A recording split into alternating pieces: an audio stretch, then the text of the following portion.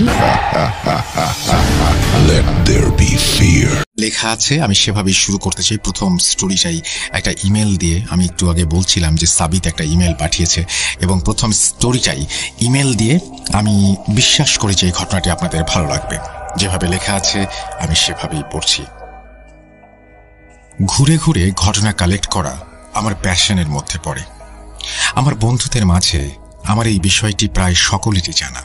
ওরাও নানান জায়গা থেকে ঘটনা পেলে বা কোনো এভিডেন্স পেলে আমাকে সেগুলো জানানোর জন্য, শোনার জন্য বলে। দীর্ঘদিন আগে আমি এমন একজন হুজুরের সন্ধান পেয়েছিলাম যার সাথে একটি প্যারানরমাল ঘটনা ঘটেছিল, যা আমি আজ আপনাদের সাথে শেয়ার করব। অনিবার্য কারণবশত ওনার নাম ও ঠিকানা আমি উল্লেখ করছি না। ওনার সাথে যে ঘটনাটি ঘটেছিল সেই ঘটনার জন্য উনি বাসা থেকে বের হওয়াই বন্ধ করে দিয়েছিলেন। এমনকি কোরআনে হাফেজ হয়েও মসজিদে নামাজ পড়তে পর্যন্ত বের হতেন না। এতটুকু শুনে আমার মনে এই ঘটনাটির প্রতি একটা প্রবল আগ্রহের উদয় হয়। আমার বন্ধুদের মাধ্যমে আমি ওনার ঠিকানা খুঁজে বের করি। যথেষ্ট বেগ পেতে হয়েছিল ওনাকে খুঁজে বের করতে। এলাকার মানুষকেও কিছু বলতেন না, আমাদেরকেও বিলিভ করতেন না। আমার কাছে ভূত.com-এর অফিসিয়াল আইডি কার্ড থাকার ফলে সেটা দেখিয়েও ঘটনা জানতে চাইলেও আমতা আমতা করতেন প্রায় সকলেই। একদিন সন্ধ্যাবেলা আমি আমার অন্য সকল কাজ বাদ দিয়ে আমার দুজন বন্ধুর সাথে সেই এলাকায় সেই হুজুরের সন্ধানে বেরিয়ে পড়ি। এলাকায় ঢুকতেই একটি সরু গলি আর সাথে একটি চায়ের দোকান। সময় তখন এশার নামাজের। আমি আমার বন্ধুর সাথে চা সিগারেট খাচ্ছিলাম আর দোকানদারকে হুজুরের কথা জিজ্ঞেস করছিলাম। হঠাৎ দোকানদার পাঞ্জাবি পায়জামা আর মাথার টুপি পরিধানকারী এক মধ্যবয়স্ক যুবককে উদ্দেশ্য করে আমাদের ইশারা করলেন। উনি বললেন এই যুবক সেই হুজুরের ছেলে। ব্যাস, তড়িঘড়ি করে চা সিগারেটের বিল পরিশোধ করে আমরা হুজুরের ছেলের পিছু নিলাম। ওনার সাথে মসজিদে নামাজ আদায় করলাম। নামাজ শেষ করে আমি ওনার কাছে গিয়ে বসে ওনাকে আমার পরিচয় দেই। উনি আমাকে বলেন, ভাই, আপনারা কি সাংবাদিক? আমার বাবার সাথে যা হয়েছে এসব নিয়ে বিজনেস করবেন বলে এসেছেন, তাই না? ওনার কথা শুনে আমি স্বাধীন মিউজিক অ্যাপ বের করে ওনাকে ভূত.com সম্পর্কে আইডিয়া আর আশ্বাস দিলে উনি আমাকে কিছুটা ভরসা করলেন আর ঘটনা বলতে রাজি হলেন। এও বললেন, ভাইজান, আমার বাবার কথা সবার জানা উচিত। কোনো হুজুর যেন নিজের ওপর অহংকারী না হন, এই কথাটা সকলের জানা উচিত। উনি আমাকে বললেন লোকে নাকি ওনার বাবাকে পাপী বলে, সেই জন্য নাকি এসব ঘটনা ওনার সাথে হয়েছে। উনি আমার সাথে আমাকে বলেন এই মসজিদের ইমাম সহ অনেকেই নাকি ওনার বাবাকে চেনেন। ওনাদের সকলের মতামত যেন আমি নেই ওনার বাবার সম্পর্কে, এই অনুরোধ করলেন। ওনার বাবার সম্পর্কে আমি মসজিদের ইমাম ও এলাকার একজন মুরব্বী ব্যক্তির সাথে কথা বলেছিলাম, সেগুলো আমি ঘটনার শেষে উল্লেখ করব। হুজুরের ছেলে আমাকে ভরসা করে আমাকে ওনার নাম বললেন। ওনার নাম জুবায়ের। ওনার বাবার নাম হাফিজুর রহমান। জুবায়ের ভাই আমাকে ওনাদের বাসায় আগামীকাল সন্ধ্যায় ঘটনা শোনার জন্য নিমন্ত্রণ করে সেদিনের মতো বিদায় নিলেন। যথারীতি পরের দিন সন্ধ্যায় আমি ও আমার একজন বন্ধু মিলে হাফিজ হুজুরের বাসায় গিয়ে পৌঁছে যাই। পরিচয় পর্ব শেষ করে আমরা হাফিজ হুজুরের রুমে প্রবেশ করি।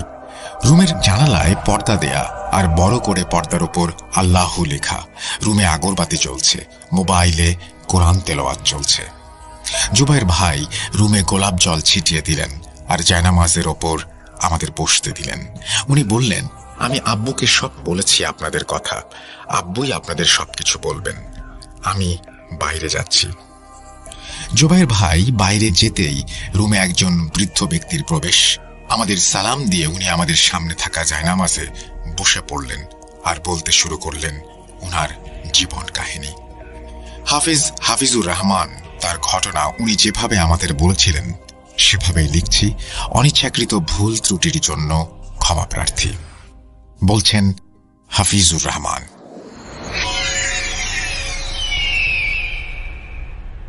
আসসালামু আলাইকুম বাবারা।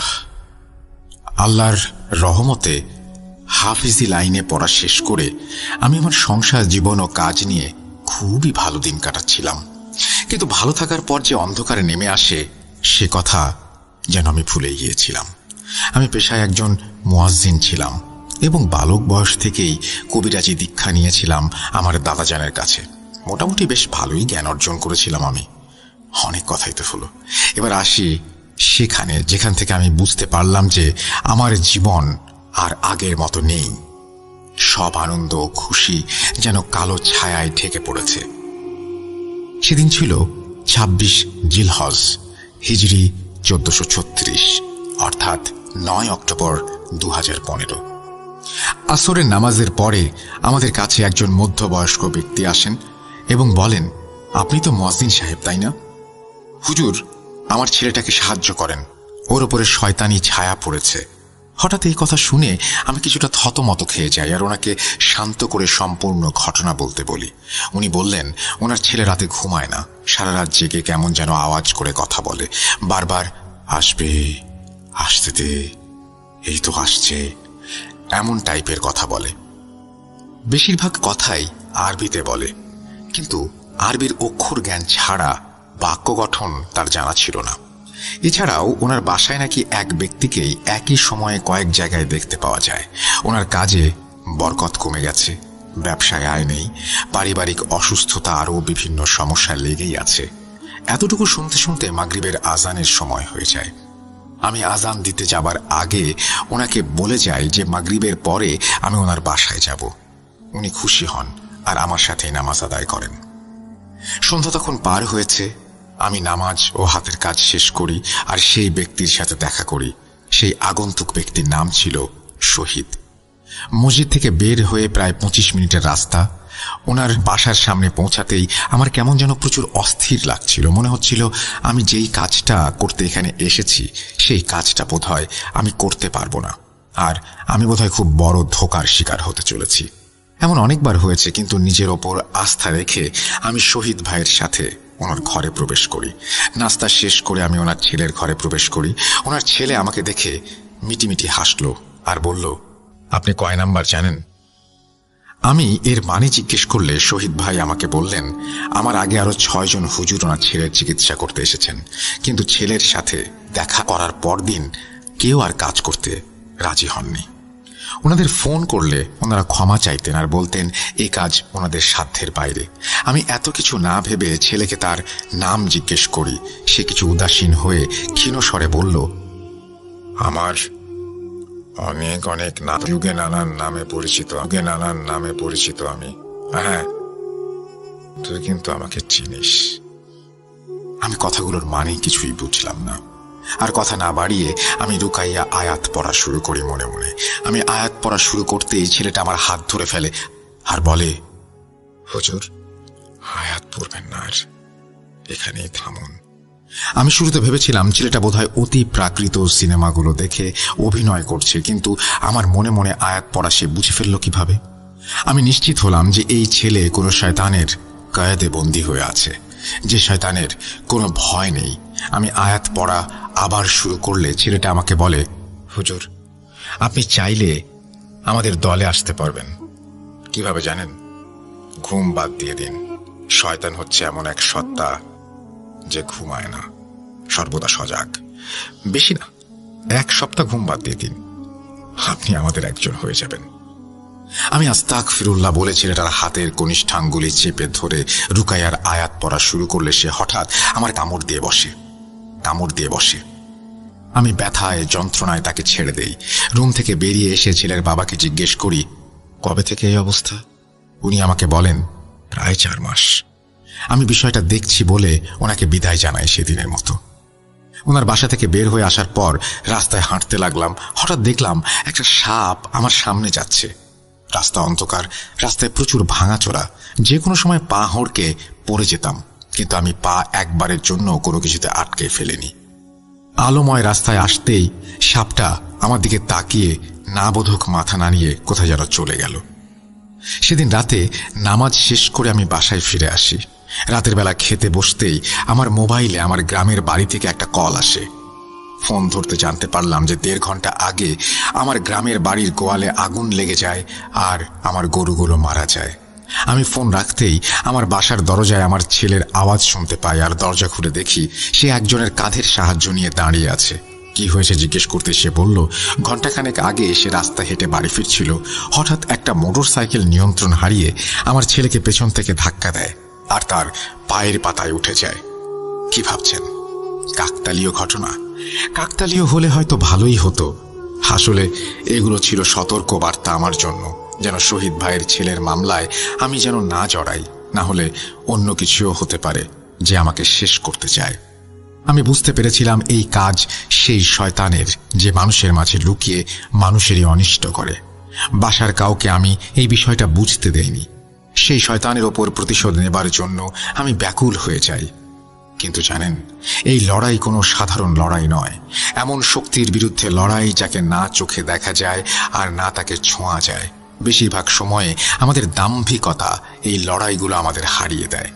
যার যতটুকু যোগ্যতা তাকে সেই পর্যন্ত থাকতে হয়। এর বাইরে যাওয়াই ছিল আমার চরম ভুল।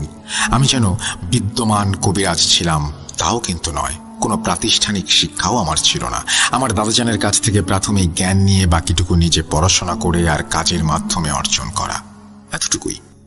কিন্তু আল্লাহর দয়ায় আমার কাজগুলোতে সফল হয়ে আমি ভুলেই গিয়েছিলাম যে আমি মানুষ, অন্তর্যামী নই। দাম্ভিকতা চলে এসেছিল আমার ভেতর। প্রতিশোধ নিতে হবে, প্রতিশোধ। এই দাম্ভিকতা আমাকে কোথায় নিয়ে গেছে জানেন? শুনতে থাকুন। সেদিন রাতের বেলা আমি আমার দাদাজানের পালিত এক জিনের সাথে যোগাযোগ স্থাপন করি। সে আমাকে জানায় যে এই সমস্যাটা অনেক দূর করাবে যদি আমি এটাকে ব্যক্তিগত আক্রোশের মতো করে দেখি। সে আমাকে সাবধান করে, কিন্তু আমি মানতে নারাজ। পরদিন সন্ধ্যায় আমার যাবতীয় জিনিসপত্র নিয়ে চলে যাই শহীদ ভাইয়ের বাসায়। শহীদ ভাইয়ের ছেলের ঘরে প্রবেশ করে আমি তার সাথে কোনো কথা বলি না। সে আমাকে বারবার নানান কথা বলে বিভ্রান্ত আর ক্রোধান্বিত করার চেষ্টা করছিল। এক পর্যায়ে সে চুপ হয়ে যায় আর ধীরে ধীরে আমার কানের কাছে এসে ফিস ফিস করে বলে, চাইলে তোর ছেলেকে জাহান্নামের রাস্তা দেখাতে পারতাম। সাবধান করেছিলাম, শুনলি না। যুদ্ধ করতে এলে প্রতিপক্ষকে জানতে হয়। তুই জানিস আমি কে? এই ধরনের বেশ কিছু কথাবার্তা বলে এবং এই সব কথা বলে সে আমার ধৈর্যের বাঁধ ভাঙাতে চায়। আমি তার গলা টিপে ধরে জিজ্ঞাসা করি, সে কে আর কি চায়? কেন আমার পরিবারের ওপর হামলা করেছে আর কেনই বা শহীদ ভাইয়ের ছেলেটাকে নিজের কবজায় নিয়েছে? আমার এহেন আচরণ দেখে শহীদ ভাইয়ের ছেলে রাগে যেন লাল হয়ে গিয়েছিল। হঠাৎ চারপাশে ঝড় শুরু হলো। বাড়িটা যেন এদিক ওদিক দুলতে লাগলো। আমি আমার গলা ছেড়ে আয়াত পড়তে শুরু করলাম। এক পর্যায়ে ছেলেটা মেঝেতে পড়ে যায় আর আমাকে নানানভাবে অভিশাপ দিতে থাকে, বলতে থাকে আমাকে কিভাবে মারবে আর আমার পরিবারের সাথে কি কি করবে। এমন সময় রুমে শহীদ ভাই চলে আসেন আর উনি আমাকে আমার মুখ পেছন থেকে চেপে ধরেন আর বলেন, আপনাকে এনেছি আমার ছেলেকে ভালো করতে, তাকে মেরে ফেলতে নয়। আমি অবাক হয়ে যাই। শহীদ ভাইকে বোঝানোর চেষ্টা করলে উনি বুঝতে চান না। আমাকে বাসা থেকে বেরিয়ে যেতে বলেন, উনি রুম ত্যাগ করতে বলেন। আমি আমার জিনিসপত্র গুছিয়ে রাগে ওনার বাসা থেকে বেরিয়ে আসি। আসার সময় শহীদ ভাইয়ের ছেলে আমাকে বলে যে আজকের কাজের ফল নাকি আমি পাবো। বেরিয়ে আসার সময় শহীদ ভাই আমাকে পেছন থেকে অনেকবার ডাকলেও আমি সাড়া দেইনি। আমি মনে মনে ক্ষুব্ধ ছিলাম। আমি এসব কাজ সফলতার সাথে করি আর আমাকে এভাবে বেরিয়ে যেতে বলল। আমার এই অহংকার আমাকে ডুবিয়েছে শেষে। এর পরের ঘটনাগুলো আমার জীবনের। সেদিনের ঘটনার পর শহীদ ভাই আমাকে অনেকবার ফোন দিয়েছেন, কিন্তু আমি ওনার ফোনের উত্তর একবারের জন্য দেইনি। এতটুকু বলেই হাফিজুর রহমান থামলেন, কারণ ওনার রুমের দরজায় কড়া নাড়ছিল কেউ। দরজা খুলতেই বৃদ্ধ বয়স্ক একজন হুজুর প্রবেশ করলেন ওনার রুমে। কে উনি? কিভাবে উনি হাফিজুর রহমান সাহেবের জীবনের সাথে জড়িত জানতে চান? শুনতে থাকুন। নতুন ব্যক্তি রুমে আসার পরে ওনাকে চা পানি দেয়া হয়। আমিও আমার বন্ধু একটু আসছি বলে হুজুরের বাসা থেকে বের হয়ে নিচে চলে আসি। চায়ের দোকানে বসি। চা আর সিগারেট খেতে খেতে হুজুরের বলা কাহিনীগুলো নিয়ে আলোচনা করছি। চা সিগারেট শেষ করে আমরা যাই হাফিজ সাহেবের বাসায়।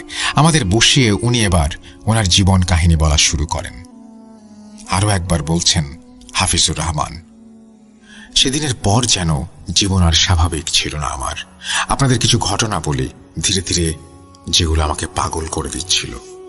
ঘটনা 1। প্রচণ্ড গরমে আমি বারান্দায় ঘুমাতাম। আমার বাসা অনেক ওপরের তলায় হওয়ায় বারান্দায় ঘুমালেও বাইরে কেউ দেখত না। সেদিন আসরের নামাজ পড়ে আমি বারান্দায় শুয়েছিলাম একটু ঘুম ঘুম চোখে। আমাদের বাড়িতে তখন আমার স্ত্রী দূর সম্পর্কের এক আপা এসে হাতের কাজে সহায়তা করতেন। ওনার নাম মার্জিয়া। আমরা ওনাকে মার্জিয়া আপা বলেই ডাকতাম। আমি যখন বারান্দায় ঘুম ঘুম অবস্থায়, তখন মার্জিয়া আপা ও আমার স্ত্রী এসে আমার ঘরটা ঝাড়ু আর মুছে দিয়ে কথা বলতে বলতে চলে গেলেন। বেশ কিছুক্ষণ পর আমার স্ত্রী আমার ঘরে এসে আমাকে বারান্দা থেকে রুমে আসার জন্য বলে। আমি বারান্দার দরজাটা বন্ধ করে দিয়ে রুমে চলে আসি। আমার ঘরের বর্ণনাটা একটু দেই। আমার রুমে প্রবেশ করতেই বাম দিকে আমাদের বিছানা, সামনে পড়ার টেবিল ও একটি থাই গ্লাস করা জানালা। জানালার সামনেই বারান্দা, অর্থাৎ জানালা দিয়ে বারান্দা দেখা যায়। জানালার ডান পাশে বারান্দার দরজা। আমি রুমে এসে দরজা বন্ধ করে দিলাম। আমিও আমার স্ত্রী কথা বলছিলাম। এমন সময় বারান্দায় কেউ একজন ভাইজান বলে ডাক দিয়ে উঠল। আমিও আমার স্ত্রী জানালার পর্দা সরিয়ে দেখি মার্জিয়া আপা কুৎসিত এক হাসি দিয়ে আমাকে বলছে, ভাইজান, কাজ করতে এসেছি, দরজা খোলেন, বহুদিন দেখা নাই ভাইজান। আমি আমার স্ত্রী ভয়ে যেন আমাদের বাক শক্তি হারাই। দিন দুপুরে বারান্দার গ্রিল ভেদ করে গোটা একটা মানুষ কিভাবে বারান্দায় আসে? আমার মার্জিয়া আপাত কাজ করে ইতোমধ্যে চলে গেছে। ভয়ে আমার মুখ দিয়ে আয়াতুল কুরসিও বের হচ্ছিল না। আমার দম বন্ধ হয়ে যাচ্ছিল। আমাদের দুজনের চোখের সামনে সে আমাদের দরজা ভেদ করে একটা পা বাড়ালো। এই দেখে আমার স্ত্রী চিৎকার দিয়ে অজ্ঞান হয়ে যায় এবং আমিও মানসিক রোগীর মতন ফ্যাল ফ্যাল করে তাকিয়ে থাকি। আশ্চর্য বিষয় হলো, আমার স্ত্রী এত জোরে চিৎকার শুনেও আমার ছেলে বা মেয়ে কেউ আমাদের রুমে আসেনি সাহায্য করতে। অনেক কষ্টে নিজের জানা সকল টোটকা মুখে আনার চেষ্টা করতে লাগলাম। চোখ বন্ধ করে ভাবতে লাগলাম যে আমি একজন কবিরাজ, আমি অনেক শয়তানকে হারিয়েছি, আমি কেন ভয় পাব? কিন্তু এখন বুঝি যে আমার অহংকারের কারণে আমি আল্লাহকে ডাকা ভুলে যাচ্ছিলাম, তাই হয়তো এসব শাস্তি পাচ্ছি। চোখ খুলে দেখলাম সব স্বাভাবিক। আমার স্ত্রী তখনও মেঝেতে পড়ে আছেন। আমি নিজের সাথে অনেক যুদ্ধ করে মেঝে থেকে উঠে আমার স্ত্রীর জ্ঞান ফিরিয়ে রুম থেকে বেরিয়ে আমার ছেলে ও মেয়েকে ডেকে জিজ্ঞাসা করি তারা কি তাদের মায়ের চিৎকার শোনেনি? যদি শুনে থাকে তবে কেন এলো না? আমার ছেলে আমাকে বলল চিৎকার শুনে সে তার বোনকে নিয়ে আমার ঘরেই আসছিল, কিন্তু ডাইনিং রুমে আমি নাকি তাদের বলেছিলাম তাদের মা একটি পতঙ্গ দেখে ভয় পেয়েছিল বলে চিৎকার করছিল, তাই তারা তাদের মায়ের ঘরে ঢোকেনি। এই কথা শুনে আমি যেন আকাশ থেকে পড়লাম। আমি তো ঘরেই ছিলাম, তবে আমার ছেলে মেয়েদের সাথে কে ছিল? ঘটনা 2। একদিন ফজরের আজান দিতে মসজিদে যাচ্ছিলাম। রাস্তা একেবারে অন্ধকার, বিদ্যুৎ ছিল না। আমি বাসা থেকে বের হতেই একজন ব্যক্তি গায়ে চাদর চাপিয়ে হাতে একটা হ্যারিকেন নিয়ে আমাকে বললেন, চলেন হুজুর, মসজিদে যাই। এই জামানায় হ্যারিকেন নিয়ে কেউ রাস্তায় হাঁটছে দেখে আমি অবাক হই। আমি ওনাকে জিজ্ঞাসা করলাম উনি কে। উনি আমাকে কোনো উত্তর দেননি। মসজিদে আসার পর উনি নিজে থেকেই আমাকে বললেন, হুজুর, চিনতে পারিসনি আমাকে? তোকে সাহায্য করলাম কারণ অন্ধকার পথে আজান দিয়ে এলে তোর আজ বিপদ ছিল, আর সেই বিপদের পরেও তুই যদি মসজিদে আসতি তাহলে আল্লাহ তোর গুনাহ মাফ করে দিত। কারণ এমনি এমনি মানুষ আল্লাহকে ডাকে না, বিপদে পড়লেই ডাকে। তোর গুনাহ মাফ হতে থাকলে আমি তোকে মারব কিভাবে? তাই তোকে পথ দেখিয়ে নিয়ে এলাম। আর খোদ শয়তান যখন কাউকে সাহায্য করে তখন তার ক্ষতি করে, এমন কে আছে? এই কথা বলে সে আস্তে আস্তে হেঁটে চলে গেল। আমি বুঝতে পারলাম যে আমাকে আল্লাহর থেকে দূরে সরিয়ে কেউ আমার অনিষ্ট করতে চাচ্ছে। আমি খুব বাজেভাবে যেন এক গোলক ধাঁধায় ফেসে যাচ্ছি। ঘটনা 3। রাতের বেলা ঘুমানোর আগে রাতের খাবার আমার ডাইনিংয়েই খাওয়ার অভ্যেস। সেদিন আমার স্ত্রী আমাকে ডাইনিংয়ে খাবার না দিয়ে আমার ঘরে এসে খাবার দিয়ে গেলেন। আমি আস্তে ধীরে খাবার খেয়ে প্লেট চেয়ারের ওপর রেখে পানি খেয়ে বসলাম বিছানায়। হাত ধুতে যাবার জন্য যাব, এমন সময় আমার স্ত্রী আমার ঘরে এসে চিৎকার দিয়ে চলে গেলেন। কয়েক সেকেন্ড পরেই আমার ছেলে এসে আমাকে দেখে বলল, আমি সব কি খেয়েছি? হঠাৎ আমার চোখ গেল আমার খাবারের প্লেটে।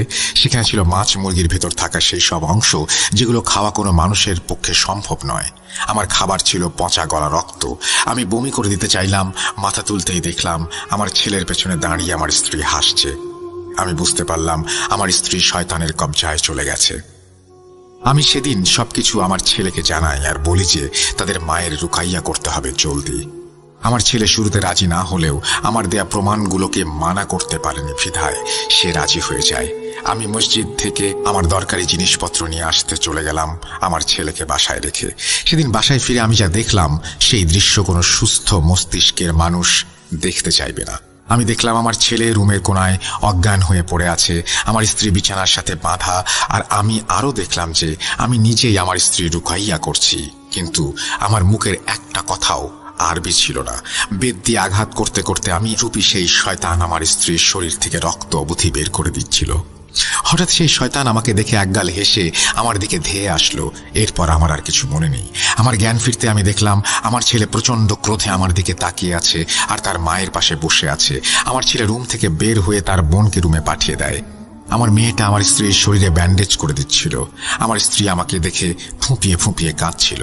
আমি আমার ছেলেকে ডেকে সব বুঝিয়ে বললাম যে ওই ব্যক্তি আমি ছিলাম না। সে বুঝতেই চাইল না। এরপর আমি তাকে নিয়ে মসজিদে গেলাম।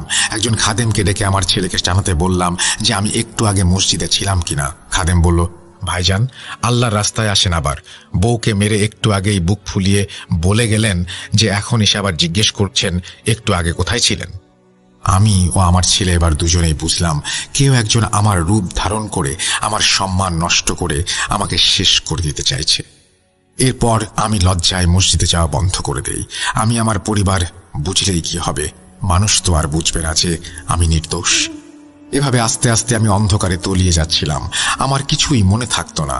মাথার চুল উঠে যাচ্ছিল, দাঁত কালো হয়ে যাচ্ছিল আর পড়ে যাচ্ছিল, ঠোঁটের চামড়া উঠে সাদা হয়ে যাচ্ছিল। অবশেষে এমন এক রাত এলো যা পার করার পর অনেক দিনের স্মৃতি আজও আমার মস্তিষ্কে নেই। আমার যতটুকু মনে আছে, সেদিন রাত 12টার পরে আমি বিছানায় শুয়েছিলাম। আমার স্ত্রী তখন আমার বাবার বাড়ি অবস্থান করছিলেন ওনার আব্বুর ইন্তেকালের কারণে। আমি বিছানায় শুয়েছিলাম। এমন সময় আমার বিছানার নিচ থেকে কিসের যেন আওয়াজ এলো। আমার বাসায় এক রুমে আমি আর 2 রুমে আমার ছেলে ও আমার মেয়ে। হঠাৎ বাইরে সিঁড়ি চড়ে কারো আসার শব্দ হলো। শব্দটা আমার বাসার দরজার সামনে এসে থামলো। বারবার বাতাস যেন আমার কানে কানে বলছিল, ওইদিকে, ওইদিকে, ওইদিকে। আমার হঠাৎ কনকনে শীত লাগতে শুরু করে। বারান্দায় গেলাম উঠে। নিকশ কালো অন্ধকার, এর মাঝে 2 চোখ জলজল করতে দেখলাম আমি। ভয়ে রুমে চলে আসি আমি। লাইটের সুইচ দিলেও সেগুলো জ্বলছিল না। হঠাৎ আমি আমার ঘরের ভেতর একটা সুড়ঙ্গ পথের মতো কিছু অনুভব করলাম, আর সেটির ভেতর মনে হলো পড়ে গেলাম। আমি চিৎকার দিয়ে মনে হয় জ্ঞান হারাই। এটুকু বলেই হাফিজ সাহেব থামেন এবং বলেন এর পরের ঘটনা বলবেন ওনার ছেলে জুবায়ের। শুরু করছেন জুবায়ের ভাই। সেদিন রাতে আব্বুর চিৎকার শুনে আমি আমার বোন আব্বুর ঘরে গিয়ে দেখি দরজা বন্ধ, কিন্তু আম্মু বা আব্বু কখনোই দরজা বন্ধ করে ঘুমান না। অবাক হলাম। পাশের বাসার প্রতিবেশীদের সাহায্যে দরজার তালা ভাঙলাম। ভেতরে গিয়ে দেখি আব্বু কেমন যেন শরীর মুচড়ে শুয়ে আছেন। ওনার হাত পায়ের আঙুল সব অদ্ভুতভাবে মোচড়ানো, মুখ হাঁ করে বিচ্ছিরি একটা হাসি, আর চোখের মণি যেন কালো থেকে আরো কালো ও বড় হয়ে গেছে। চেহারাটাও সাদা হয়ে গেছে। হঠাৎ আব্বুর চোখের মণি আমাদের দিকে ঘুরল, আর আব্বু কটকট শব্দে আস্তে আস্তে হেসে উঠলেন। এই দেখে আমার সাহায্য করতে যারাই এসেছিলেন সবাই সেখান থেকে পালিয়ে যান ভয়ে। তখন আমি খবর দিই আব্বুর এক বন্ধু ইয়াসির চাচাকে, যিনি আব্বুর সাথেই হাফিজি পড়েছেন ও ভারত থেকে উচ্চ শিক্ষা লাভ করে দেশে এসেছেন। উনি একজন বড় মাপের কবিরাজ। অনেক দূর দূরান্ত ঘুরে উনি শিক্ষা অর্জন করেছিলেন। একটু আগে যে ব্যক্তি আপনাদের সামনে এই ঘরে প্রবেশ করলেন উনিই হচ্ছেন ইয়াসির চাচা। আমার আব্বুর সাথে আসলে কি হয়েছিল তার বাকি অংশ উনিই আপনাদের বলবেন। জুবায়ের ভাইয়ের কথা শেষ হবার পর আমিও আমার বন্ধু ইয়াসির হুজুরকে সালাম জানিয়ে ওনার কাছে ঘটনা শুনতে চাই। হুজুর আমাদের সালামের উত্তর নেন এবং ঘটনার বাকি অংশ ও শেষ অংশ বলতে শুরু করেন। বলছেন ইয়াসির হুজুর, নিদ্রা বা ঘুম আমাদের প্রতিটি জীবিত প্রাণীর জন্য খুবই জরুরি। আমি বিজ্ঞান নিয়েও পড়েছি আর ধর্ম নিয়েও। বিজ্ঞান এসেছে এই ধর্ম থেকে। বিজ্ঞান বলে একজন প্রাপ্তবয়স্ক মানুষের দৈনিক 6 থেকে 8 ঘন্টা ঘুমের প্রয়োজন, আর ধর্ম বলে আল্লাহ রাত দিয়েছেন ঘুমাবার জন্য। আপনারা কি কেউ রাশিয়ার করা ঘুমের ওপর পরীক্ষার কথা পড়েছিলেন? 5 জন বন্দীদের ওপর করা হয় এই পরীক্ষা। নির্দিষ্ট দিন না ঘুমানোর ফলে তারা একে অপরের হাত পা অবধি খেয়ে ফেলেছিল। সর্বশেষ যে ব্যক্তিকে চিকিৎসার জন্য নিয়ে যাওয়া হচ্ছিল সে খুব বেশি পরিমাণে হিংস্র হয়ে উঠেছিল। বারবার বলছিল যে তারা কষ্ট ও ব্যথার ঊর্ধ্বে। মন্বন্তরে সে নাকি দাবি করেছিল যে সে শয়তানকে দেখেছে আর শয়তান হয়ে গিয়েছে। জুবায়েরকে তার বাবা হাফিজ সবকিছুই বলেছিল। আমি যখন শুনি যে শহীদ ভাইজানের ছেলের সাথে দেখা করতে গেলে ছেলেটা হাফিজকে ঘুমাতে বারণ করেছিল, তখনই বুঝতে পারি যে সেই ছেলে হাফিজকে শয়তানের সাথে যোগ দিতে বলেছিল। আসলে সত্যি কি সেটা জানতে কেউ তো আর নিজের ওপর পরীক্ষা করবে না, কিন্তু সত্যতা হয়তো আছে, না হলে শহীদ ভাইয়ের ছেলের শরীরে থাকা শয়তান এই কথা কেনই বা বলবে।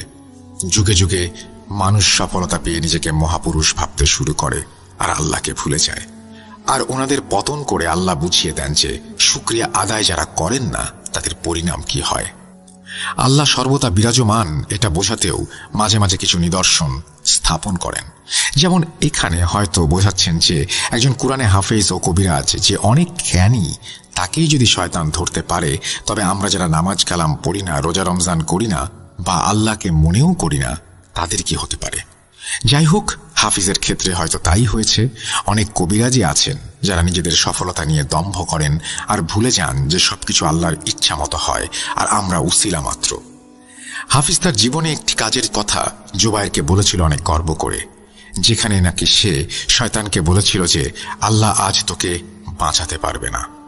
এরপর নাকি সেই জিনকে বোতলবন্দি করতে চেয়েছিল কিন্তু পারেনি। সেই কাজে তাকে সাহায্য করেছিল একজন জিন। সেই জিন শয়তানের শক্তি দেখে পথভ্রষ্ট হয়ে যায় আর নিজেই এক শয়তানের সহযোগী ও শয়তানে পরিণত হয়।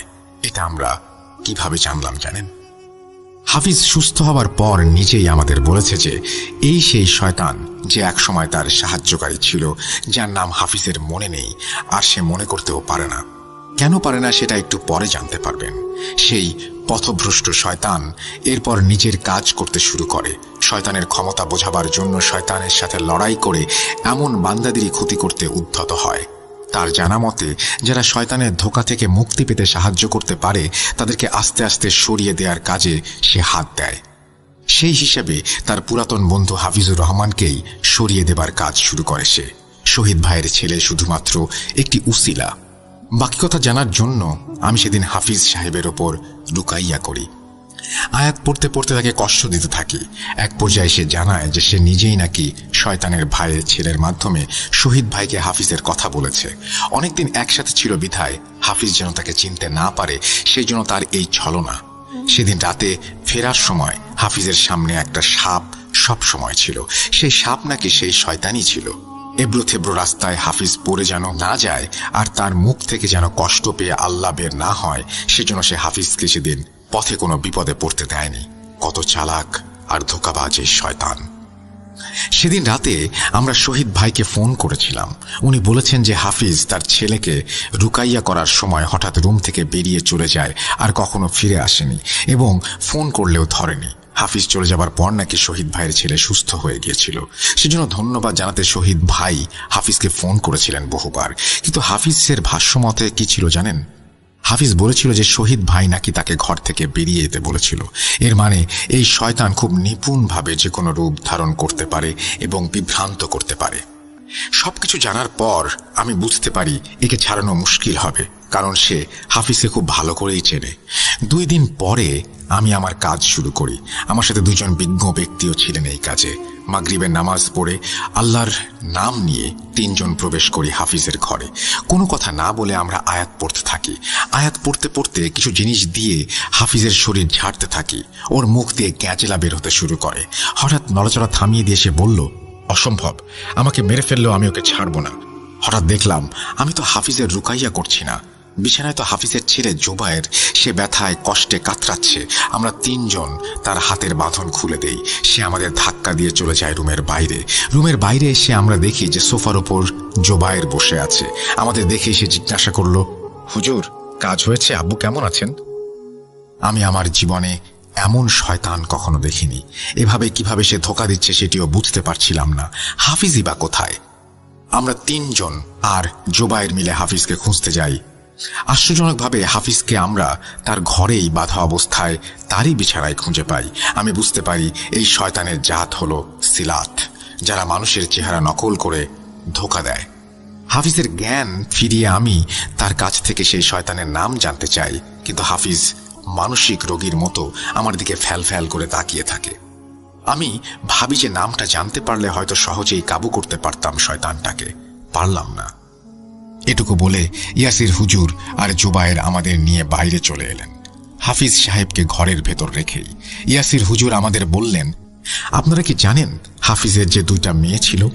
যেদিন ওর রুকাইয়া হচ্ছিল সেদিন রাতে শয়তানের নাম জানতে চাইলে হাফিজ আমাকে কিছুই বলেননি। কিন্তু হাফিজ তখন শয়তানের কবজাতে ছিল না, সে একটা শকে ছিল। আর এই শয়তান যে কারো রূপ ধারণ করতে পারে এবং আমাদের ধোঁকা দিতে পারে।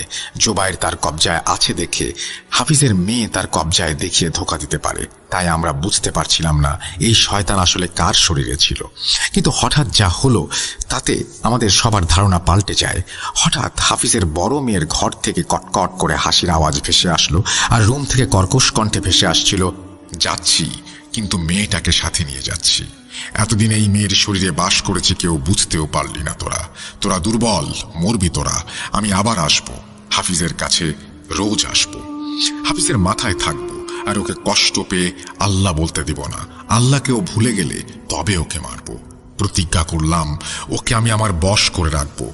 আমার ব্যাপারে কিছু জানতে পারবি না তোরা, আমার নামটাও জানতে পারবি না। আমি ওকে বলতে দেব না, ওর মাথায় আমার বাস হবে। এখন বুঝতে পেরেছেন হাফিজ কেন এই শয়তানের নাম আমাদের বলতে পারে না। হাফিজের মেয়ে এসব বলার পর সবকিছু নিস্তব্ধ হয়ে যায়। আমরা হাফিজের বড় মেয়ের ঘরে গিয়ে দেখি দেয়ালে দেয়ালে কালো জাদুর কত চিত্র আঁকা। তার মা বাড়িতে না থাকায় বাসার পুরুষ মানুষ তার রুমে কখনোই যেত না, মানে শয়তানের জন্য আদর্শ এক শিকার। মার্জিয়া আপাও তার ঘরে যেতেন না, কারণ মেয়েটা নাকি নিজেই ঘর গুছাতো আর পরিষ্কার করত। হাফিজ আজও মনে করতে পারেন না তার বড় মেয়ের কথা। সে জানেই না তার বড় মেয়ে বলে আসলে কেউ ছিল। শয়তান তার কথা রেখে চলেছে। মেয়ের শোকে আল্লাহ বের হয় না তার মুখ দিয়ে। মেয়েকে যে মনেই নেই তার। অনেক ডাক্তার দেখানো হয়েছে, কিন্তু সবাই বলেছে জোর করে যেন কিছু করানো না হয়, তাহলে ক্ষতি। ওর নামাজের হিসাব থাকে না।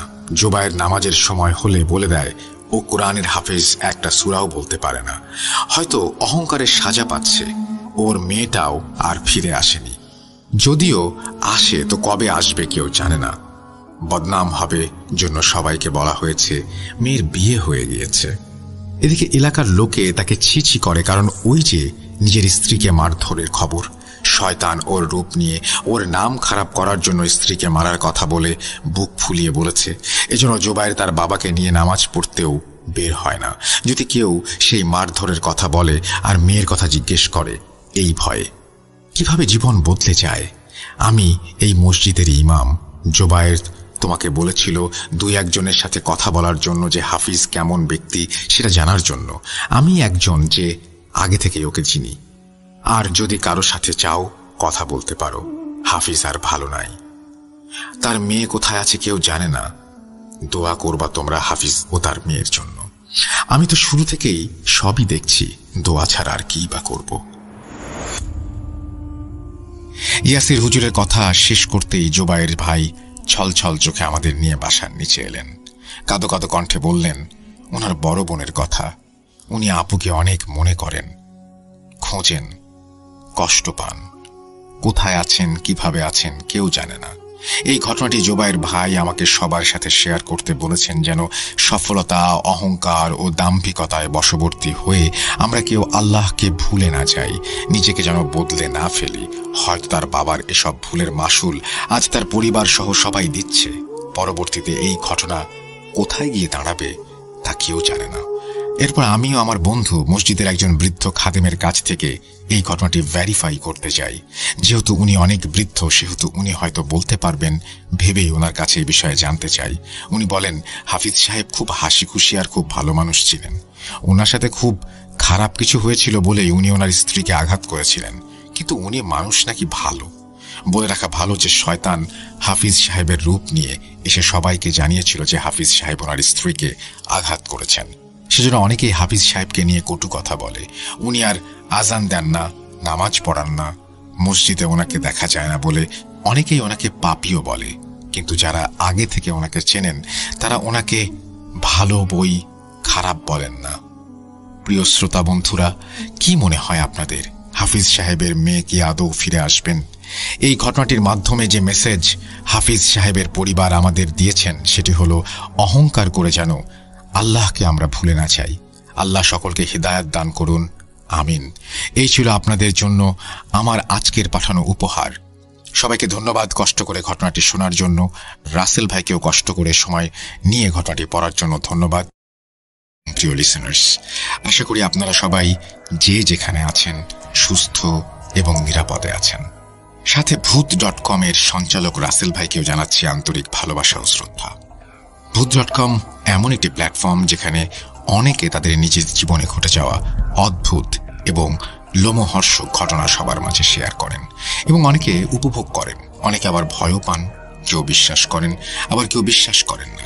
যারা বিশ্বাস করেন না তাদের কিছু বলার নেই, কেননা এটা প্রত্যেকের ব্যক্তিগত ব্যাপার। আমি মোহাম্মদ শফিউল হাসান বলছি নাটোর থেকে। আমার নিজের সাথে ঘটে যাওয়া কিছু অদ্ভুত অভিজ্ঞতা আজ আমি আপনাদের কাছে তুলে ধরব ইনশাল্লাহ। লেখার ভুল ত্রুটির জন্য আগেই ক্ষমা চেয়ে নিচ্ছি। আমি নিজেই চাই আপনাদের ঘটনাটি রাসেল ভাই পড়ে শোনান।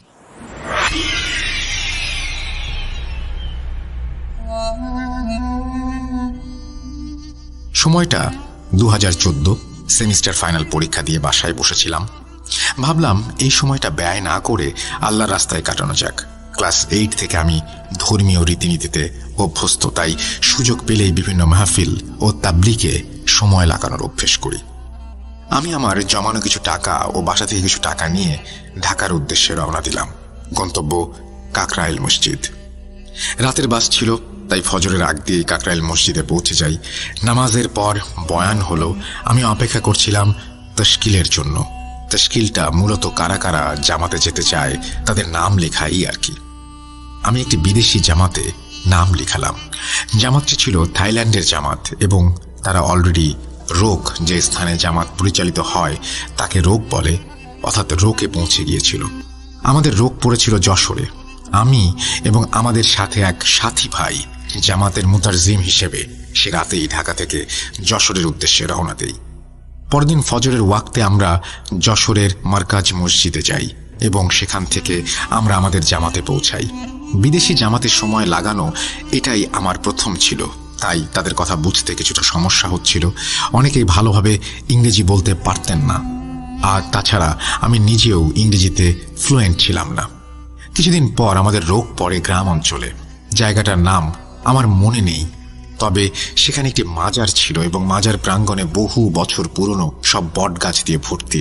দেখলে বোঝা যায় যে বটগাছগুলো এত পুরনো যে বটগাছের ঝুলগুলো দেখতে গাছের মতো লাগে। খুবই গা ছমছমে একটি জায়গা। আশেপাশে মানুষের কোনো বসতি নেই। দিনের বেলায়ও গা ছমছম করে। আমার খুব ইচ্ছা ছিল সেই মাজারটি দেখার এবং এই মাজারে প্রতি বৃহস্পতিবার সম্ভবত ওরস বসত। একদিন আসরের পর আমি এবং জামাতের এক সদস্য, আমরা দুজন স্থানীয় এক ভাইয়ের সাথে সেই মাজারে যাই। মাজারের পাশের কিছু কিছু গাছে লাল সুতা টাইপ কিছু বাঁধা ছিল। দেখেই বুঝতে পারলাম এখানে আর যাই হোক আল্লাহর কোনো কাজ হয় না। মাজারের পাশে অনেক পুরনো এক বটগাছের শিকড়ের ওপরে 2-3টি প্লেট রাখা ছিল, যেগুলো মাটির সরা দিয়ে ঢাকা। আমি ওই ভাইকে জিজ্ঞেস করলাম এটা কি। তিনি বললেন ওরসের দিন এই থালায় করে তাদের জন্য ভোগ দেয়া হয়। আমি বললাম তাদের জন্য মানে? তিনি বললেন এত কথা বলার দরকার নেই, দেখতে আসছেন দেখেন খালি। ওনার কথায় আমার কিছুটা হাসি পেল। আমি মনে মনে চিন্তা করলাম যে তারা তোদের ভোগ খাওয়াচ্ছি। এই চিন্তা করেই একটি ইটের বড় একটি টুকরো ওই প্লেটের দিকে ছুঁড়ে মারি, আর সাথে সাথে এই প্লেটটি ভেঙে যায়। সঙ্গে সঙ্গে একটা দমকা বাতাস আমার পিঠে এসে লাগে। আমার শরীরের সব লোম দাঁড়িয়ে গিয়েছিল। ওই লোকটি অবাক হয়ে আমার দিকে কিছুক্ষণ তাকিয়ে বলে, হায় হায়, করলেন কি এটা? তার চোখে তীব্র ভয়ের একটি ছাপ দেখেছিলাম। তারপর সেখান থেকে আমরা চলে আসি। সেদিন আর কিছু হয়নি। আমি মনে মনে ভাবলাম সব গ্রাম্য মানুষের গল্প কাহিনী ছাড়া আর কিছুই না। কিন্তু আমি তখনও বুঝতে পারিনি আমি অনেক বড় একটি বিপদের মধ্যে পড়ে গেছি। ওই কথায় আছে না, ইট মারলে পাটকেল খেতে হয়। এর মধ্যে আমাদের মসজিদ চেঞ্জ হয়ে গেছে। আমরা এখন পাশের গ্রামের একটি প্রাইমারি স্কুলের মসজিদে উঠেছি। তার মধ্যে এক রাতে আমি তাহাজ্জুদের জন্য অজু করতে বের হই। চাঁদনি রাত ছিল। মসজিদের পাশে একটি ছোট খাল এঁকে বেঁকে গেছে। আমি দাঁড়িয়ে আছি আর আমার কেন জানি খুব ভালো লাগছিল। ওয়াশরুমের দিকে মুখ ফেরাতেই 1 সেকেন্ডের জন্য দেখলাম কেউ একজন বাতাসে মিলিয়ে গেল। আমি চমকে উঠে পেছনে সরে গেলাম। আতঙ্ক আর ভয় দুটোই কাজ করছিল আমার মধ্যে। আমি এটা কি দেখলাম? আমি মসজিদে চলে আসি। সেদিন আর তাহাজ্জুদ হয়নি। তারপর কেটে যায় বেশ কিছুদিন। সেদিন আমরা ঢাকায় ফিরব। এবং সেদিন সন্ধ্যাবেলার ঘটনা। আমরা যে মসজিদে ছিলাম সেটা দোতলা মসজিদ হওয়ায় আমাদের বেডিং পত্র দোতলায় রাখা ছিল। মাগরিবের পর আমি খাতা কলম আনতে দোতলায় যাই। সবাই তখন মসজিদে বয়ান শুনছিল।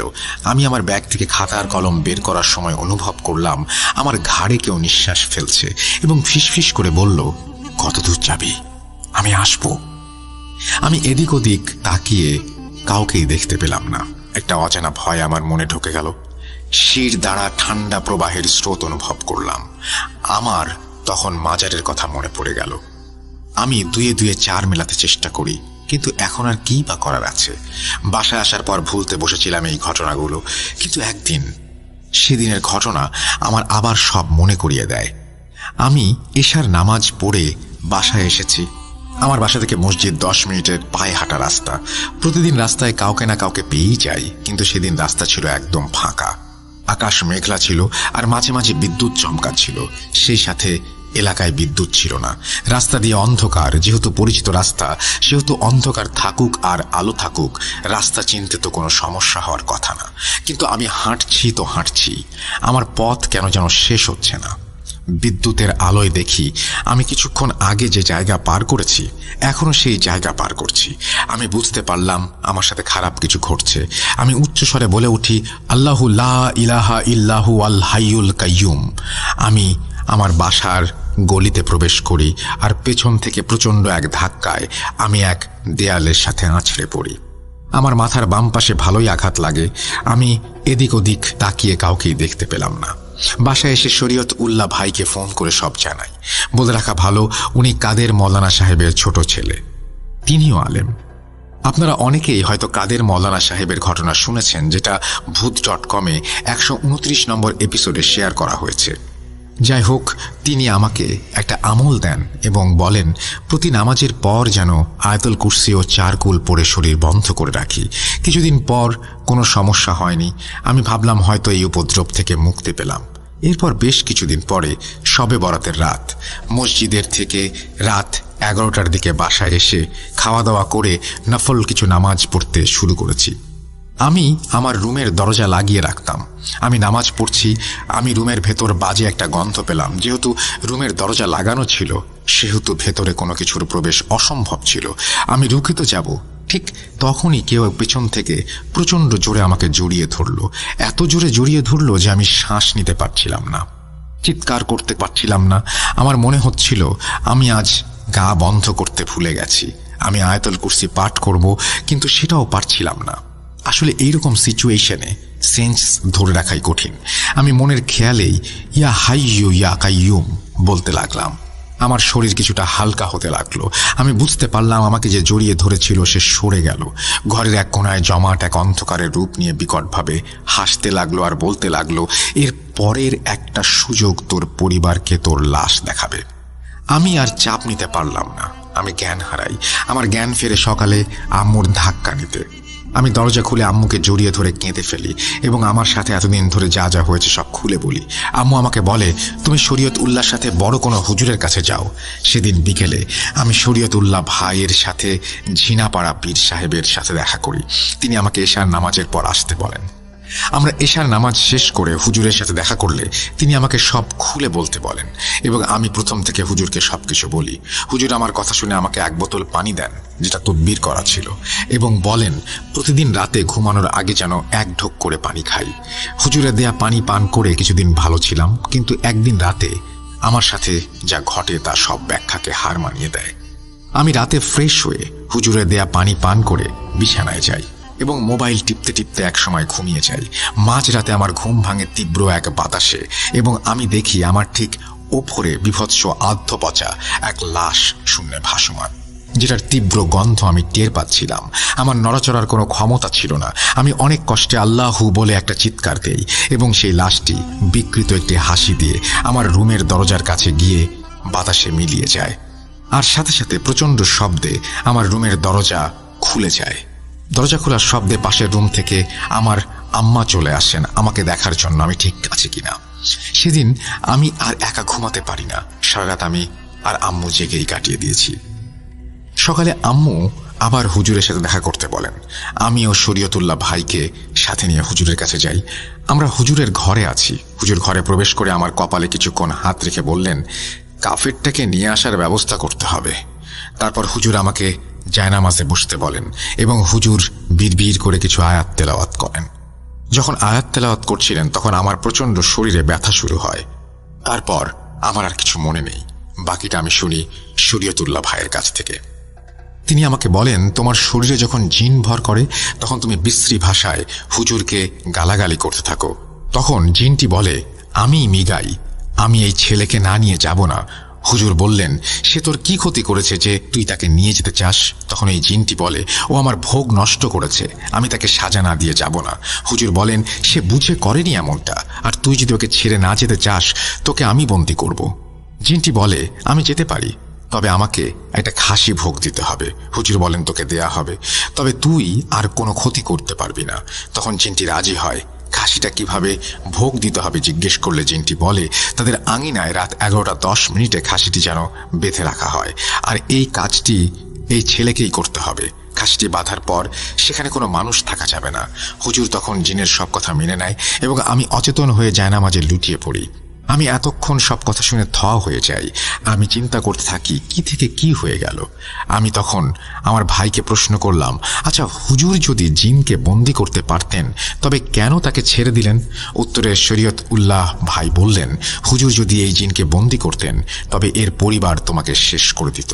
পরদিন আমার আব্বু একটি বড় খাসি কিনে আনেন এবং জিনের কথা মতো ঠিক রাত 11:10 আমি খাসিটি আমার বাড়ির আঙিনায় বেঁধে আসি। কিছুক্ষণ খাসিটির আওয়াজ শুনলেও তারপর আর কোনো আওয়াজ শুনতে পেলাম না। আমার প্রচন্ড কান্না পেল। আর একটা ভুলের জন্য একটা নিরীহ প্রাণীর কোনো কাফের জিনের হাতে প্রাণ গেল। সকালে আমি ঘুম থেকে উঠেই বাড়ির পাশের ফাঁকা জায়গাটিতে যাই। সেখানে গত রাতে খাসিটি বেঁধে রেখেছিলাম। দেখি সেই জায়গায় কিছু রক্ত পড়ে আছে, আর যে জায়গাটায় খাসিটি বেঁধেছিলাম সেই গাছে খাসির গলার দড়ি বাঁধাই আছে। এরপর আমার সাথে এই জিনের আর কোনো সাক্ষাৎ ঘটেনি। এই ছিল ঘটনা। ভালো লাগলে শেয়ার করার অনুরোধ রইল। 2016 সালে আমার আম্মা ইন্তেকাল করেন। আমার আম্মার রুহের মাগফিরাতের জন্য দোয়া করবেন।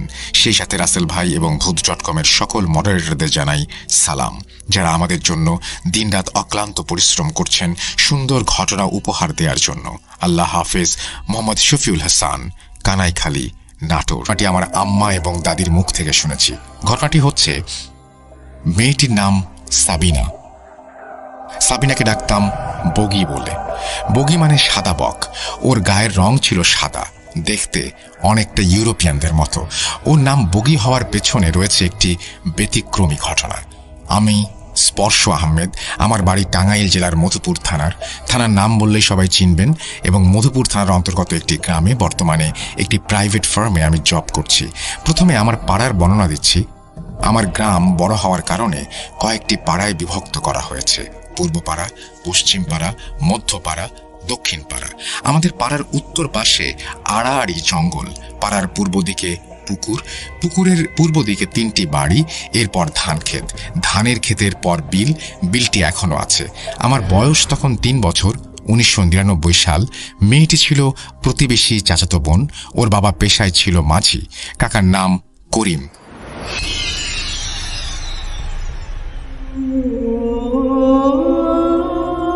করিম কাকা বিলে মাছ ধরতেন রাতের শেষ ভাগে। তখন বিলে কেউ থাকতো না, বেশি মাছ ধরা পড়ে ওই সময়টাতেই। সময়টা ছিল শীতকাল। সেদিন রাতে চাঁদের হালকা আলো, হালকা কুয়াশা ছিল। আশেপাশে দেখা যায় কিন্তু তেমন স্পষ্ট দেখা যায় না। করিম কাকা ফজরের আজানের আগে লগি নিয়ে বের হন ঝিলের উদ্দেশ্যে। লগি হচ্ছে বাঁশের ডগা যা দিয়ে নৌকা চালানো হয়। করিম কাকা পুকুর ছেড়ে ধান ক্ষেতের আইল দিয়ে পূর্ব দিকে হাঁটা দেন। পূর্ব দিকেই বিল। বিলের এরিয়া ছেড়ে বিলের মাঝামাঝি চলে যান। তখন চাঁদের আলোয় দেখলেন সাদা কাপড় পরে কেউ দাঁড়িয়ে আছে। করিম কাকা সাহসী মানুষ, তিনি বলেন, পথ ছাড়। সাদা কাপড় পরিহিত ছায়াটি ভ্যানিশ হয়ে যায়। তিনি নির্ভয়ে এগিয়ে যান বিলের দিকে। ডান কাঁধে লগি, বাম হাতে ছিল জাল। দূর থেকে সেই সাদা কাপড় পরিহিত ছায়া আবার এসে দাঁড়ায়। এবার বিরক্ত হয়ে তিনি বলেন, সামনে থেকে সরবি নাকি লগি বসিয়ে দেব তোর মাথায়? ভালো করলি না বলে ছায়াটি অদৃশ্য হয়ে যায়। করিম কাকা এই সমস্ত তোয়াক্কা না করে বিলে যান। সেদিন কিছু হয়নি। পরদিন সন্ধ্যায় কাকা বিল থেকে এসে দেখেন কাকি পুকুর পাড়ে একটা আম গাছে উঠেছেন। করিম কাকার ছোট দুই ভাই গাছে উঠে কাকিকে নামানোর জন্য চেষ্টা করছে। কাকি করিম কাকাকে দেখে রেগে বলেন, করিম তুই আসছিস, তোর পরিণাম খুব খারাপ হবে। কাকি গাছে উঠেছে শুনে পূর্ব পাড়ার সকলেই চলে যায় সেই পুকুর পাড়ে। কাকার দুই ভাই কাকিকে কষ্ট করে গাছ থেকে নামায়। সাবিনার বয়স তখন 3 মাস। কাকি ব্লেড নিয়ে এসে নিজেই গলা কাটতে থাকেন। কাকা একজন কবিরাজ ডেকে আনেন। কবিরাজকে কাকি দেখে আরো রেগে যান। রেগে বলেন, তুই কি করবি, তুই চলে যা। কবিরাজ কাকির আঙুল চেপে ধরেন, শুকনো মরিচ পোড়া ধরেন। কাকিও আরো রেগে যান। কবিরাজ বলেন, কোথা থেকে এসেছে, কেন এসেছে? কাকি বলেন, বিল থেকে এসেছি, করিম আমাকে মারবে। করিম আয়, আমাকে মার দেখি। পরিস্থিতি শান্ত হলে কাকা কবিরাজের ঘটনা খুলে বলতে বলেন। কবিরাজ যাওয়ার আগে বলেন, আপাতত আপনি বিলে যাওয়া বন্ধ করুন।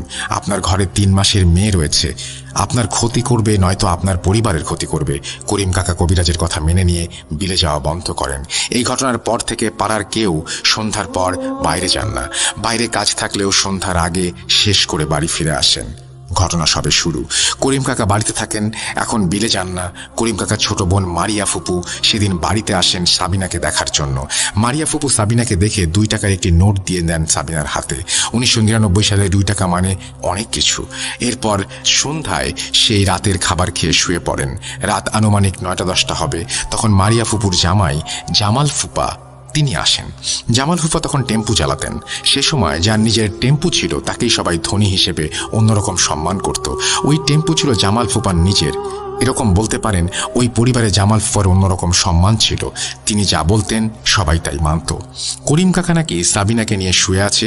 তখন মারিয়া ফুপু দরজায় কড়া নাড়তে নাড়তে বলেন, ভাবি ঘুমিয়েছেন নাকি? ঘর থেকে কাকা উত্তর দেন, না।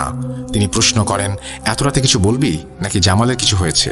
মারিয়া ফুপু উত্তর দেন, করিম ভাই, তোমাদের বোনের জামাই আসছে, ও সাবিনাকে দেখতে চাচ্ছে, কাল খুব ভোরে চলে যাবে, এই জন্য দেখতে চাচ্ছে। কাকি ও কাকা এর বিরোধিতা করেননি। জামাল ফুপা খুব ভালো মানুষ, যেমন তার চেহারা সুন্দর তেমন তিনি উদার। করিম কাকা উঠে দরজা খুলে দেন। ঘরে কুপি জ্বলছিল মিটমিট করে, নিচে কিছু দেখা যায় না, ওপরে ঝাপসা দেখা যায়। মারিয়া ফুপু সাবিনাকে কোলে নিয়ে বেরিয়ে যান। মারিয়া ফুপুর সাথে থাকা কাকা কাকি কেউ যায়নি। এখানে ছিল তাদের বড় ভুল। শীতের রাত, বাইরে কোনো সারা শব্দ নেই। বিলের ধারে পুলের পাশ থেকে ভেসে আসছে শেয়ালের ডাক। পাড়া থেকে কুকুরগুলো ঘেউ ঘেউ করে তাদের অবস্থান জানান দিচ্ছে। সেই সময় আমাদের পাড়ার 4টি কালো কুকুর ছিল। পাড়ার সবাই কুকুরগুলোকে আদর করত খুব। সন্ধ্যা থেকে ভোর পর্যন্ত কুকুরগুলো পাড়ার এপাশ থেকে ওপাশে ঘোরাঘুরি করত। রাতের আঁধারে কুকুরগুলো ছিল পাড়ার সবার সঙ্গী। যদি কেউ রাতে কোথাও যায় তখন আয় বলে ডাক দিলে এই কুকুরগুলো চলে আসতো। সব নীরবতা ভেঙে কাকি কাকাকে বলেন, অনেকক্ষণ হলো, মারিয়া সাবিনাকে নিয়ে গেছে, তুমি একটু দেখো। কাকা তখন চাদর মুড়ি দিয়ে বের হন। দরজায় গিয়ে ডাকলেন, মারিয়া, মারিয়া। ফুপু ঘুমন্ত কণ্ঠে বললেন, করিম ভাই এত রাতে কিছু হয়েছে নাকি? ফুপুর কথা শুনে কাকা হতবাক হয়ে যান। কাকা বললেন, জামাল সাবিনাকে দেখবে বলে তুই সাবিনাকে নিয়ে চলে আসলি সেই কখন, এখন তোর খবর নাই? ফুপু অবাক হয়ে বলেন, করিম ভাই, আমরা রাতের খাবার খেয়ে শুয়ে পড়েছি সেই কখন, আমি সাবিনাকে নিয়ে যাইনি। এটা শুনে সাবিনা বলে চিৎকার দেন কাকা। কাকার চিৎকার শুনে 4টি কালো কুকুর চলে আসে উঠোনে। পাড়ার সবার ঘুম ভাঙে কাকির কান্নার শব্দে। সেই কুকুরগুলো অনবরত ডেকে যাচ্ছে। পাড়ার সবাই করিম কাকার বাড়ি যায়। আমার মা যায় না, কারণ আমি ঘুমিয়েছি। আমার 2 বছরের বড় বোনও ঘুমিয়েছে। আব্বা যেতে চাইলে আম্মা মানা করেন। আব্বা আমাদের কথা ভেবে যান না। শীতের রাতে হাতে লাঠি ও হারিকেন নিয়ে সবাই বেরিয়ে যান জঙ্গলের দিকে। করিম কাকাদের বাড়ির উত্তর পাশে ছিল কূপ। কূপের পাশেই ছিল আম গাছ। সেই আম গাছে উঠেছিলেন কাকি সপ্তাহখানেক আগে। কুকুরগুলো আগে আগে যাচ্ছে, তাদের পেছনে যাচ্ছে পাড়ার সবাই। জঙ্গল তন্ন তন্ন করে খুঁজে দেখা হয়েছে, সাবিনাকে পাওয়া যায়নি। অনেকেই বলে হয়তো পুকুরে পাওয়া যেতে পারে ভেবে পাড়ার মুরব্বীরা পুকুরে জাল নিয়ে নেমে যায়, তবুও পাওয়া যায়নি সাবিনাকে। কুকুরগুলো অনবরত ডেকে যাচ্ছে, পুকুরের চারপাশ ঘুরছে আর ডাকছে। তখন শেয়ালের ডাক বন্ধ হয়েছে। ভেজা শরীর নিয়ে জসিম মামা বললেন, একবার ওই কূপের মধ্যে দেখে আয় তো। জসিম মামা ওই সময় বাংলাদেশের আর্মিতে সৈনিক ছিলেন। তার ছিল ব্যাটারি লাইট। লাইটের আলো ছিল লাল রঙের। জসিম মামা কূপের মধ্যে লাইট দিয়ে দেখেন সাবিনাকে। সাবিনার শরীরে যে কাপড় পেঁচানো ছিল ওই কাপড়ই রয়েছে। জসিম মামা ডাকেন সবাইকে, সাবিনা এই কূপের মধ্যে। জসিম মামার ডাকে সবাই চলে আসে। সবাই লক্ষ্য করে যে সাবিনার কোনো নড়াচড়া নেই। সবাই ভাবছেন সাবিনা মারা গেছে। করিম চাচা ও কাকি কেঁদেই চলেছে, তাদের কান্না থামছেই না। কাকা কাকি কয়েকবার অজ্ঞান হয়ে যান। এই কূপে কে নামবে? এই সাহস কারণেই। জসিম মামা বললেন, সেনাবাহিনী কখনো ভয় পায় না, ওরা দেশ ও দশের জন্য জীবন দিতে পারে। মোটা দড়ি নিয়ে আয় কেউ। জসিম মামা কোমরে কাঁধে ভালো করে দড়ি বেঁধে বললেন, তোরা 10-12 জন শক্ত করে দড়ি ধরে থাকবি। জসিম মামা কূপে নামেন ঠিক মাকড়সার মতো। ওপর থেকে লাইট ধরেছে সবাই।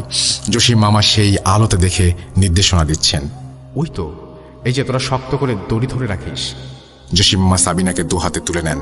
জসিম মামা অবাক হন যে সাবিনার পরনে কাপড়ে 1 ফোঁটা পানিও লাগেনি। সাবিনা একটি চিকন গাছের ডালের ওপর পড়েছিল। সাবিনার নাকের সামনে হাত দিয়ে বুঝেন সাবিনার শ্বাস প্রশ্বাস চলছে। তখন সাবিনা ঘুমাচ্ছে।